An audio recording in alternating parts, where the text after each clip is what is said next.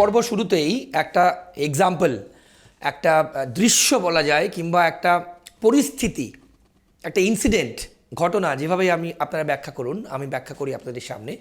আপনাদের বলে আমরা শুরু করব আজকের পর্ব। মেট্রোতে আমরা যাতায়াত করি। মেট্রোতে আমি যখন কর্মস্থল থেকে আমার বাড়িতে যাই, মাঝে মাঝে আমরা মেট্রোতে যাতায়াত করি। মেট্রোতে বিভিন্ন রকম মানুষজন একসঙ্গে বসলে অনেক রকম কথাবার্তা হয়।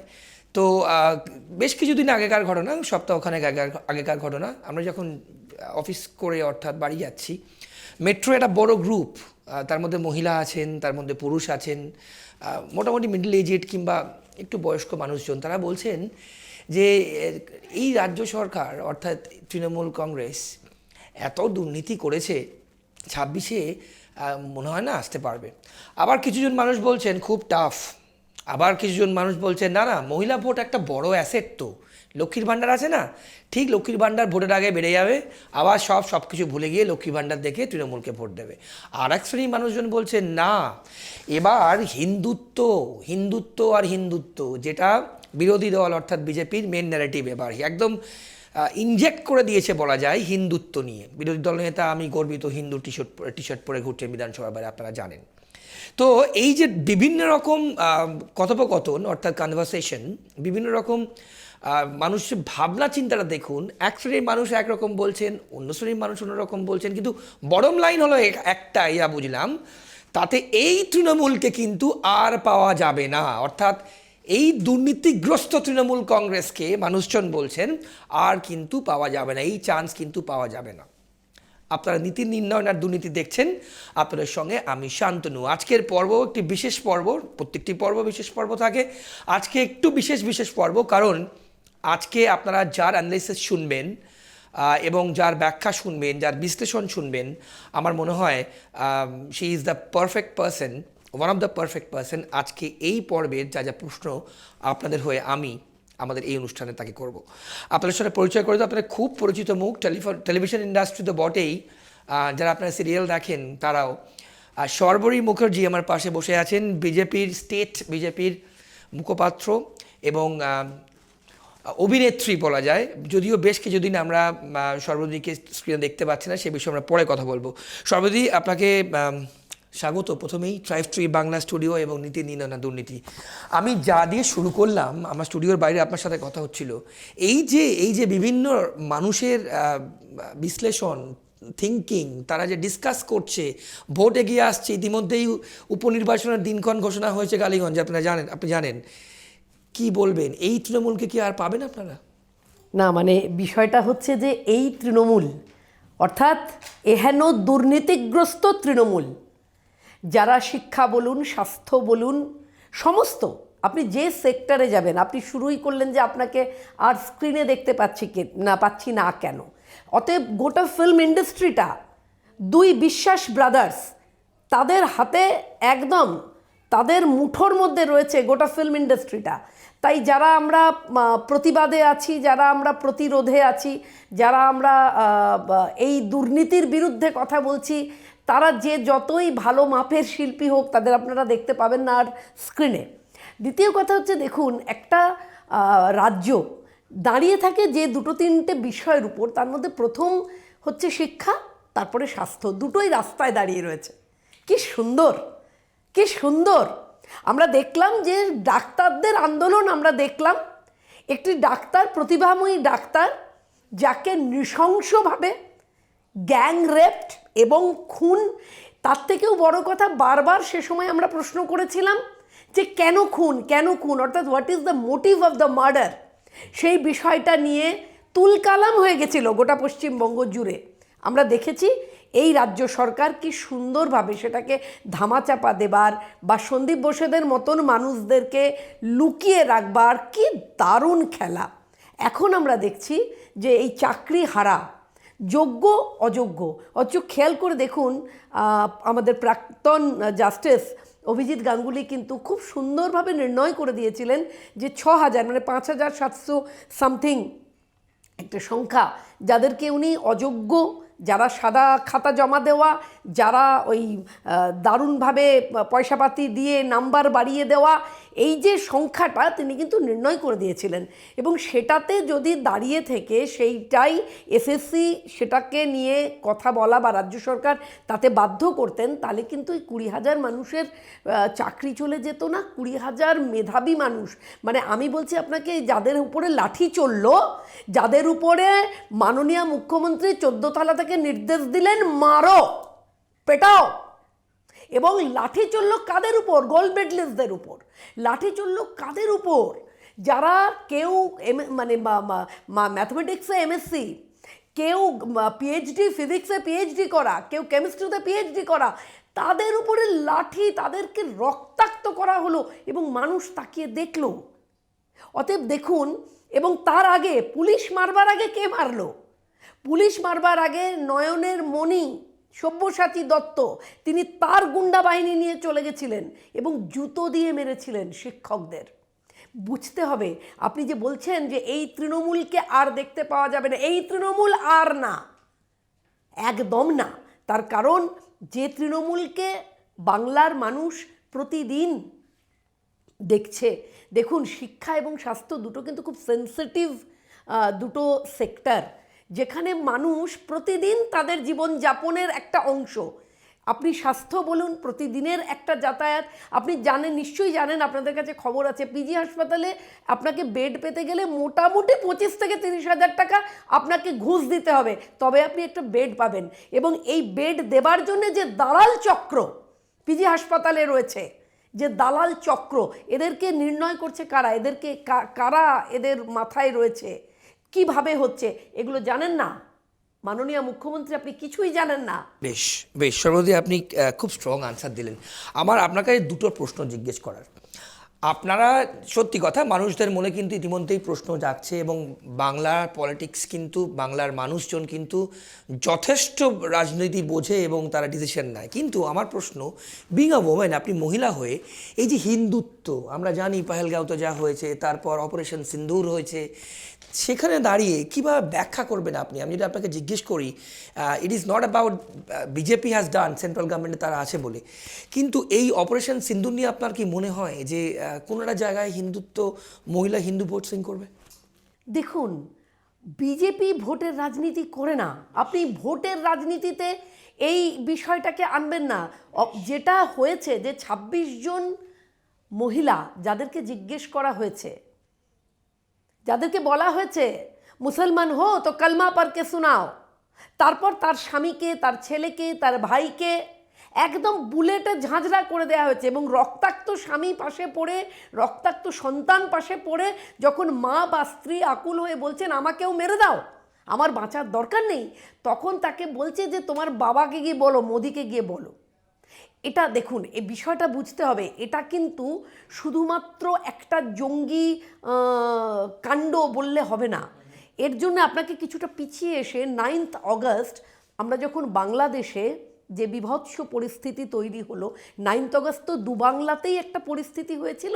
আমাদের বাংলায় যেরকম আমরা এক প্রতিভাময়ী ডাক্তার কন্যাকে হারালাম, আর ওপার বাংলাতেও কিন্তু 9th অগস্ট একটা গুরুত্বপূর্ণ দিন ছিল, যেদিনকে তাদের শেখ হাসিনার চলে আসা সরকার, ওইভাবে একটা গোটা দেশ উত্তাল হয়ে যাওয়া, এবং ছাত্র আন্দোলনের নামে কমপ্লিটলি একটা আলাদা মুভমেন্ট, যা দিয়ে একটা দেশকে অস্থির করে দেওয়া, এবং সেই দেশকে অস্থির করে সেখানকার হিন্দুদের উপর টর্চার করে তার একটা প্রভাব যাতে এই বাংলাতেও এসে পড়ে, তার একটা কিন্তু ভয়ঙ্কর ষড়যন্ত্র ছিল। যারা কিন্তু শেখ হাসিনাকে এসে যে সাদা চামড়ার লোকটি বলেছিল সেন্ট মার্টিন বন্দরটি আমাদের দিয়ে দিন, তা না হলে কিন্তু অসুবিধে হবে, সেই ভদ্রলোক কে? কারা করেছিল ফান্ডিং বাংলাদেশের এই আন্দোলনকে? ফান্ডিং কোথা থেকে এসেছিল? এটা একটা ডিপ স্টেট কনস্পিরেসি, যে কনস্পিরেসির মধ্যে কিন্তু ভারতের উত্তর যে ধরে পূর্ব ভারতের যে পোর্শনটা, দেখুন আমাদের পশ্চিমবঙ্গের যে চিকেন নেক, এই অঞ্চলটার সঙ্গে কিন্তু জড়িয়ে রয়েছে 7 সিস্টার্স। সুতরাং এটার প্রতি লোভ কিন্তু একদিকে পাকিস্তান, একদিকে চীন, এবং দুটোরই সন্ত্রাসবাদীদের কিন্তু আপনি মনে করে দেখুন, বাংলাদেশের যখন এই যে উত্তাল পরিস্থিতি, তখন জঙ্গিদেরকে ছাড়িয়ে দেওয়া হলো, তারা জেল ভেঙে জঙ্গিরা পালালো, সেই জঙ্গিরা কোথায় গেল? কোথায় গেল? পাতালে চলে গেল কি আকাশে উড়ে গেল?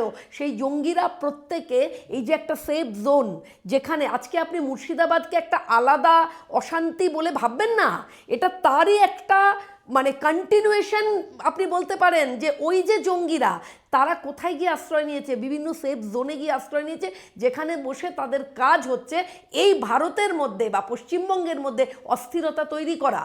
সুতরাং অপারেশন সিঁদুর যেটা হয়েছিল, সেটা হচ্ছে ভীষণ একটা সেন্সিবল, সংবেদনশীল একটা মাত্রা কেন্দ্রীয় সরকারের। আমি একটা লাইন একটু অ্যাড করি, আমি ইন্টারাপ্ট করলাম আপনাকে। প্রধানমন্ত্রী কিন্তু বলছেন আমার শরীরে রক্ত নয়, গরম সিঁদুর বয়।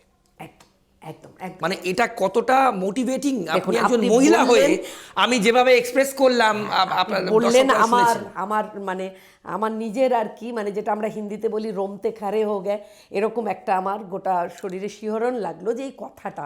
দেখুন, এবং সেই প্রধানমন্ত্রী 29 তারিখ আসছেন একদম, উত্তরবঙ্গে। একদম। এবং আমি আমার যেটা ধারণা যে তিনি এসে মহিলাদের সম্পর্কে এই কথা বলবেন নিশ্চয়ই, যে আমার রাজ্য মানে পশ্চিমবঙ্গ, সেখানটাও কিন্তু কাশ্মীরের থেকে কম উত্তপ্ত নয়, কাশ্মীরের থেকে কম সেন্সিটিভ নয়।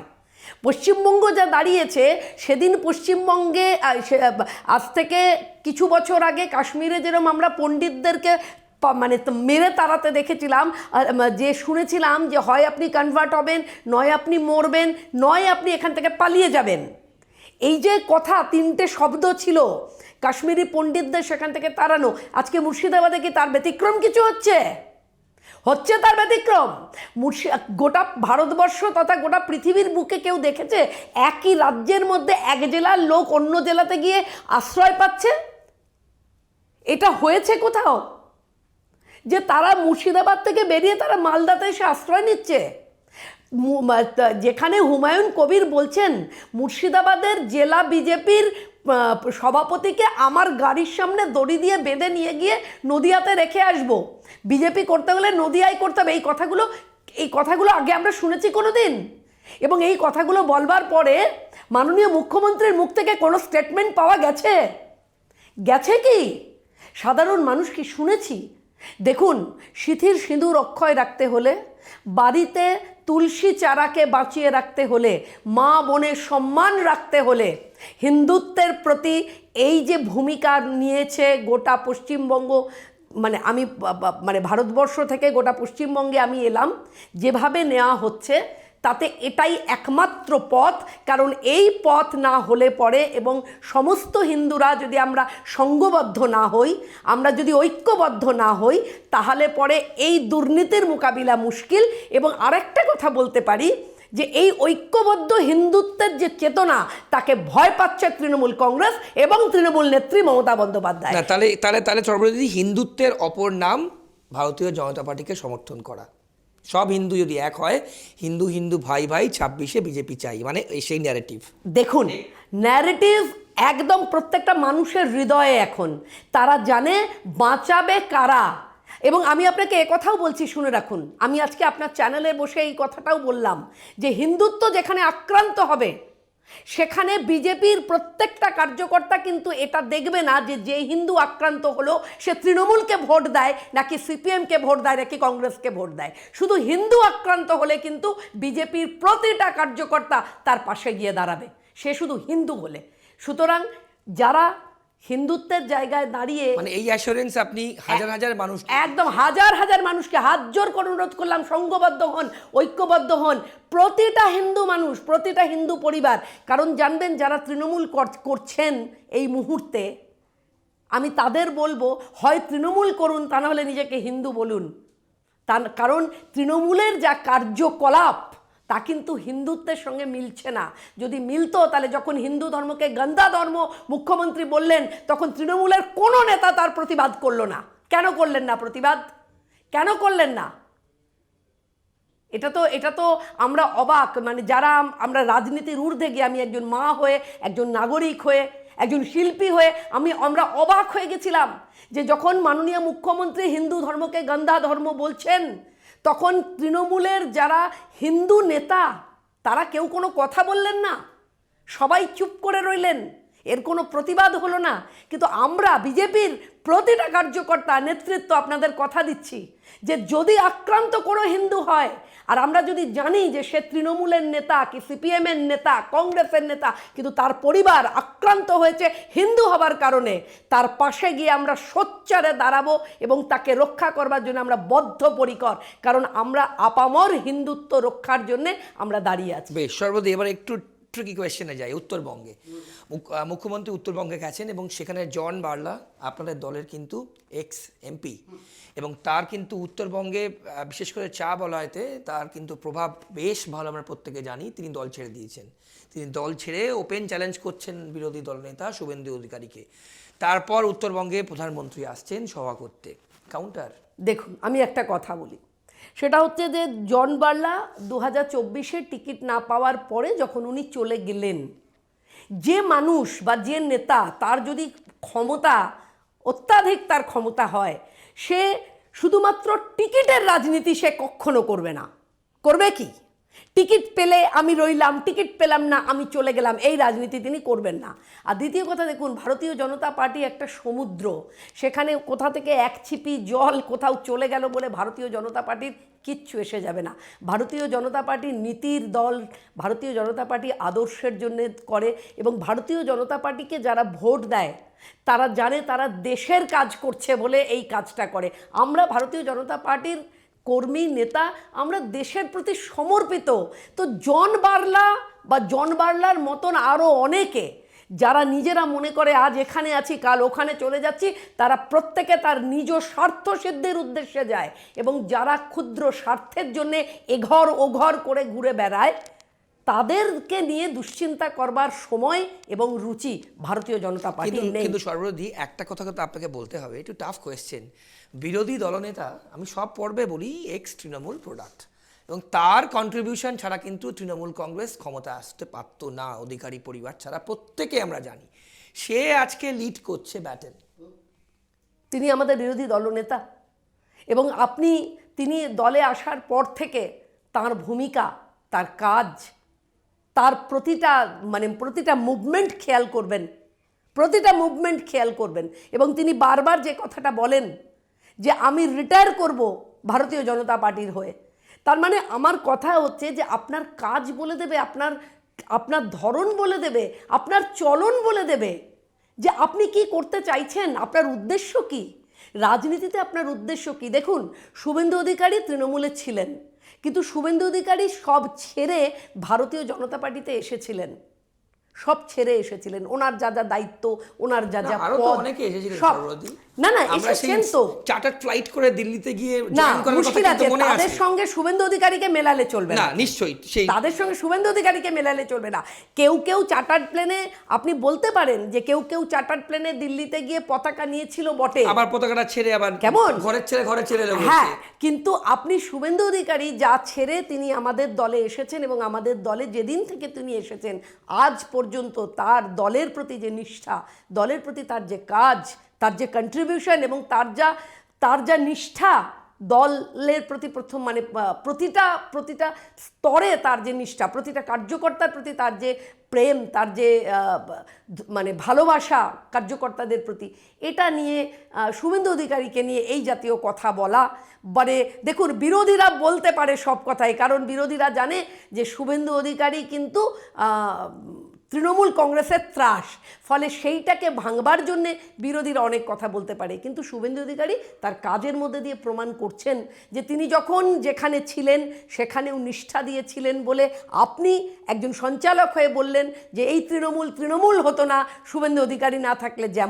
তেমন উনি যেদিন থেকে উনি বিজেপিতে এসছেন, তিনি বিজেপির জন্য যা কাজ করছেন, সেই কারণে ভারতীয় জনতা পার্টিও তাকে বিরোধী দলনেতার জায়গায় তিনি বসেছেন, এবং সেই দায়িত্ব তিনি পালন করছেন। তিনি আমাদের নেতা। আমার বিশ্বাস আগামী 2026-এর এক মহাযুদ্ধ, ধর্মযুদ্ধ, এই যুদ্ধে তিনিও একজন পৌরোহিত্য করবার মতন নেতা, যাদের পৌরোহিত্যে আমরা ভারতীয় জনতা পার্টি 2026-এ সরকার গড়ব। বেশ, দুটো কোয়েশ্চেন এবার কিন্তু সর্বদি আপনার জন্য বেশ টাফ। প্রথম কোয়েশ্চেন করি, সংগঠন 2026-এ তৃণমূল যতই দুর্নীতি তাদের বিরুদ্ধে যাক, তাদের অভিযোগ থাকুক, সংগঠনের দিক থেকে কিন্তু বিজেপি এখনও অনেক পেছনে। বিশেষ করে 294টা সিটের মধ্যে যদি আমরা দেখি, গ্রামের ক্ষেত্রে, মহিলাদের ক্ষেত্রে, মহিলা ভোটের ক্ষেত্রে একটু আগে ডিসকাস করছিলাম, সংগঠনের দিক থেকে কিন্তু আপনারা একটা আমি ক্লারিফিকেশন নেব। 1, 2, ক্যান্ডিডেটস যখন প্রার্থী, তৃণমূলের লোকেরা এই স্টুডিওতে এসে এই অনুষ্ঠানে বলে গেছেন এবং অন্যান্য দলের লোকজন এসে বলে গেছেন 294টা সিটে বিজেপি ক্যান্ডিডেট দিতে পারবে না, যদি না তৃণমূল কংগ্রেসের যারা টিকিট পাবে না আবার বিজেপিতে যাবে, আবার 2021-এর একদম একবার রেপ্লিকা দেখতে পাবেন। বলুন। দেখুন, আপনি প্রথম প্রশ্ন করলেন সংগঠন। 2011 সালে তৃণমূল যখন ক্ষমতায় এসেছিল তখন তৃণমূলের সংগঠন নিয়ে কে প্রশ্ন করতো? কিন্তু একটা বিরোধী মুখ ছিল, সর্ববিরোধী না, বিরোধী মুখ আমাদেরও আছে, বিরোধী মুখ আমাদেরও আছে, কথা ওটা নয়। কথা হচ্ছে দল যখন ক্ষমতায় আসে তাকে ক্ষমতায় আনে মানুষ। দল যখন ক্ষমতায় আসে তখন ক্ষমতায় আনে শাসকের ব্যভিচার, শাসকের দুর্নীতি, পরিবর্তনের কথা বলে। আর এখন পরিবর্তন থেকে পরিত্রাণ পেতে মানুষ আনবে ভারতীয় জনতা পার্টিকে ক্ষমতায়। কারণ মানুষের কাছে তাদের একজন পেশেন্টকে ভর্তি করতে হলে 30 থেকে 35 হাজার টাকা ঘুষ দিতে হয়। একটা ছাত্রকে কলেজে ঢোকাতে গেলে কত টাকার ঘুষ দিতে হয়? আমি 4 লাইন আপনাকে গান গেয়ে শোনাচ্ছি। জানি জানি সবাই জানে, তুমিও জানো আমিও জানি, পিসিয়ার ভাইপো মিলে লুটে নিল রাজ্যখানি। কেমন? এই যে আপনি কলেজে ভর্তি হতে দেখুন, যান, সেখানে গিয়ে দেখবেন সব রকম, যেমন রেস্টুরেন্টের প্লেটে লেখা থাকে অমুক বিরিয়ানি এত টাকা, অমুক বিরিয়ানি এত টাকা, তেমনি আপনি কলেজে যান, ম্যাথস অনার্স নিলে এত টাকা, ফিজিক্স অনার্স নিলে এত টাকা, ইতিহাস নিতে গেলে এত টাকা, বাংলা নিতে গেলে এত টাকা। সুতরাং আমার কথা হচ্ছে মানুষ প্রতিদিন ফেস করছে, প্রতিদিন। এখন মাদের কথা আপনি বললেন, যদি মায়েরা মনে করে সিঁদুরের থেকে লক্ষ্মীর ভাণ্ডার বেশি প্রিয়, তাহলে লক্ষ্মীর ভাণ্ডার নেবে, ভুলে যাবে সিঁদুরের দাম, বড় প্রশ্ন ভুলে যাবে একদম। ইদার লক্ষ্মী ভাণ্ডার কিংবা সিঁদুর কোনটা বেছে নেবেন মায়েরা ঠিক করবেন। নিশ্চয়ই মায়েরাই ঠিক করবেন কার মূল্য বেশি। আমাদের সিঁদুরকে আমরা অক্ষয় রাখবো কিনা, আমাদের সন্তানদের অক্ষত রাখবো কিনা, আমাদের স্বামীদের সুস্থ রাখবো কিনা, আমার ঘরের তুলসী মঞ্চকে বাঁচাবো কিনা, আমার ঘরের নারায়ণ ঠাকুরকে রাখবো কিনা, সেইটা নাকি আমি লক্ষ্মীর ভাণ্ডার নেব? যেটা মনে করবেন মায়েরা সেটাই করবেন। বেশ বেশ, এবার একদম ডাইরেক্ট কোয়েশ্চেন, সর্বরী মুখার্জি কি 26-এ প্রার্থী হচ্ছে? দেখুন, আমরা সবাই না, আমরা এটা তৃণমূল নয়, এটা ভারতীয় জনতা পার্টি, যার নীতি নির্ণয় করা হয় কেন্দ্রীয় স্তর থেকে রাজ্য স্তর অবধি। আমরা আমাদের কাজ করি। আমার দলের রাজ্যের সভাপতি সাংসদ মাননীয় সুকান্ত মজুমদার দাদা যদি মনে করেন যে আমাকে কোনো বিধানসভার দায়িত্ব দেবেন, তাহলে পরে তিনি দায়িত্ব দেবেন। গত 21-এও আমরা অনেকে আমাকে প্রশ্ন করেছিল, দিদি তোমার তো টিকিট পাওয়ার কথা ছিল, তুমি টিকিট পেলে না, তারপরেও তুমি কাজ করে যাচ্ছ। কাজ করাটাই আমাদের কাজ, টিকিট দেওয়াটা দলের কাজ।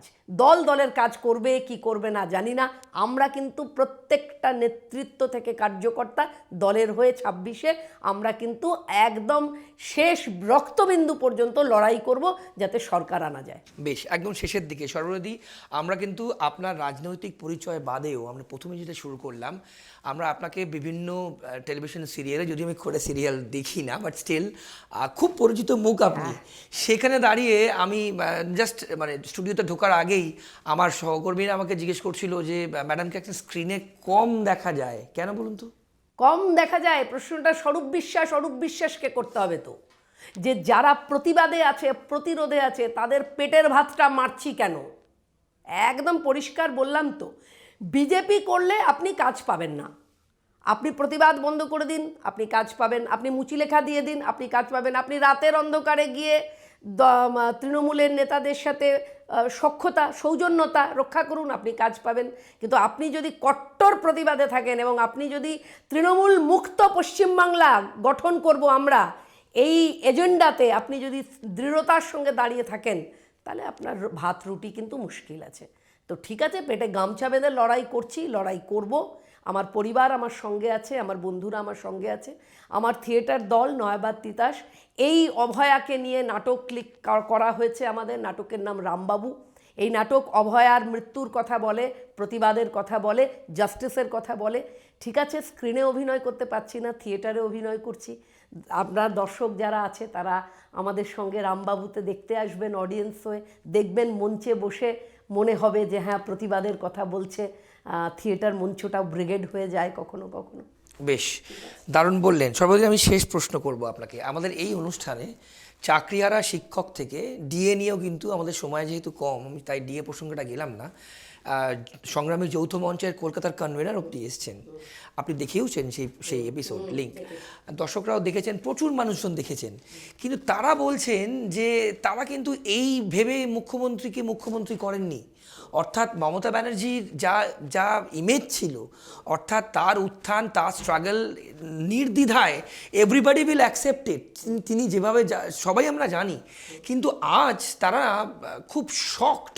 এবং তার থেকেও বড় কথা, এখানে যারা চাকরিহারা শিক্ষক, একজন মহিলা এসেছিলেন, তিনি চোখের জল ফেলে কাঁদছেন স্টুডিওতে, ওপেন বলছেন যে আমার বাচ্চাটা যখন আমি চাকরি পেয়েছিলাম ছোট ছিল, আজ বড় হয়ে গেছে, তার সামনে কিভাবে দাঁড়াবো যখন যোগ্য না অযোগ্য প্রমাণ দিতে হবে নিজে। একদম একদম একদম। অমিয়রঞ্জন ভূঁইয়া একজন শিক্ষক, আমার ভাতৃপ্রতিম, তিনি আমাকে বলছেন যে দিদি, বাবা মারা গেছিলেন ক্লাস 11-এ পড়ি তখন, কি কষ্ট করে মাস্টার ডিগ্রি করার পরে পিএইচডি করেছি, আমি একজন পিএইচডি হোল্ডার।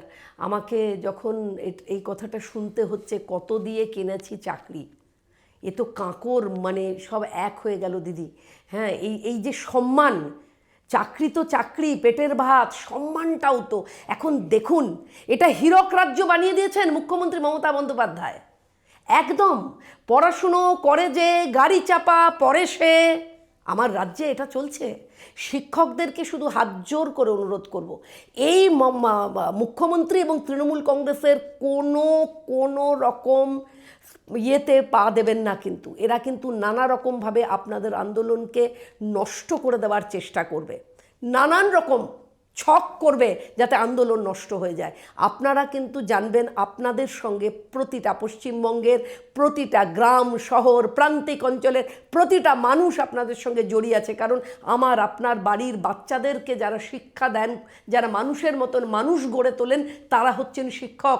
এবং সেই সমস্ত রত্নগর্ভা শিক্ষকরা যখন রাস্তায় দাঁড়িয়ে তাদের উপরে লাঠি চলছে, অমানবিক, জুতো চলছে, এর থেকে অমানবিক আর হয় না। এবং এই অমানবিক যে কাজ তিনি করেছেন মাননীয় মুখ্যমন্ত্রী মমতা বন্দ্যোপাধ্যায়, আজকে তিনি সেদিনকে বললেন যে কেন লাঠি চালিয়েছি, নাকি তারা অবরুদ্ধ করে রেখেছিল। আমি মাননীয় মুখ্যমন্ত্রীকে আপনাদের এখান থেকে বলেছি, যখন হাইওয়ে অবরুদ্ধ করে আপনি আন্দোলন করেছিলেন, সেইটা দিদি আন্দোলন ছিল। আর মাত্র কয়েক ঘন্টা বিকাশ ভবনকে তারা ঘিরে রেখেছিল বলে তাদের উপর আপনি শিক্ষকদের উপর লাঠি চালালেন, জুতো চালালেন মাননীয়া। অথচ আপনি হাইওয়ে অবরুদ্ধ করে আপনি আন্দোলন করেছিলেন। সেইখান থেকে আপনি নাকি যদিও আপনার ওই অনশনের পিছনে যারা ক্যাডবেরি সাপ্লাই করত, যারা ফ্রুট জুস দিত, যারা বিরিয়ানি দিত, তাদের মুখ এখন পরিষ্কার হয়ে গেছে, তাই আমরা এগুলো জেনে গেছি। কিন্তু তথাপি আপনার আন্দোলন, সেটা যদি আন্দোলন থাকে, আজ আপনি কয়েক ঘন্টার আন্দোলনটা সহ্য করতে না পেরে লাঠি চালাবার নির্দেশ দিলেন দিদি, শিক্ষকদের উপর লাঠি চালল। সর্বদি এক লাইনে খুব সংক্ষেপে, রাজ্য সরকারি কর্মচারীরা ডিএর জন্য কিন্তু 25%, আপনি জানেন সুপ্রিম কোর্ট ইন্টারিম অর্ডার, তারা কিন্তু অনেক আশা নিয়ে ওয়েট করে আছেন এবং তারা বলছেন অপশন নেই, দিতেই হবে। খুব সংক্ষেপে আপনার প্রতিক্রিয়া। না, আমার মনে হয় প্রায় 10 লক্ষ কোটি টাকার একটা বিষয় যদি ডিএটা দিতে হয়, আমার মনে হয় গোটা রাজ্যটাই উঠে যাবে। ওই টাকা দিতে গেলে রাজ্যকে দেউলিয়া প্রতিপন্ন করতে হবে। সুতরাং এই যে বিষয়টা হয়েছে, এতে বোঝা যাবে যে এবার রাজ্যের যে পুরো মুখোশটা এই ডিএ দিতেই পুরো মুখোশটা খুলে যাবে। আমি যারা ডিএ পাবেন তাদের সঙ্গে আমি, এবং সবথেকে বড় কথা পুলিশ তুমি মারলে অত তোমার ডিএ বাড়বে তো, আমরা এটাও জিজ্ঞেস করলাম। বেশ অনেক ধন্যবাদ সর্বদি আপনার সময়ের জন্য। এবং আপনার খুব বিজি স্কেডিউল, আপনি আজকেই উত্তরবঙ্গে চলে যাচ্ছেন, তার মধ্যে আপনি সময় দিয়েছেন, দর্শকরা অনেক কিছু শুনলেন এবং আজকের এপিসোডে অনেক কিছু জানলেন। Thank you so much. আপনাদের প্রত্যেককে আজকের পর্ব দেখবার জন্য অনেক ধন্যবাদ। অনেক কিছু জানলেন এবং যে ডিসকাশনের কথা প্রথমে বলেছিলাম শেষে বলে নিই যে মানুষ কিন্তু, আপনারা কিন্তু ভাবছেন, কারণ বাংলার মানুষজন কিন্তু যথেষ্ট রাজনীতি বোঝে এবং তারাই কিন্তু অনেক কিছুই না বলা সত্ত্বেও অনেক কিছু করে দেখান। এখন সময় শেষ কথা বলবেন, আপনারাই শেষ কথা বলবেন এবং আমাদের এই অনুষ্ঠান চলতে থাকবে, আরও অনেক অতিথিরা আসবেন বিভিন্ন পর্বে এবং তাদের বিশ্লেষণ আপনারা শুনবেন। আজকের পর্ব এখানেই শেষ করছি। অন্যান্য সব খবরের জন্য দেখতে থাকুন ট্রাইব টিভি বাংলা। ভালো থাকবেন, নমস্কার।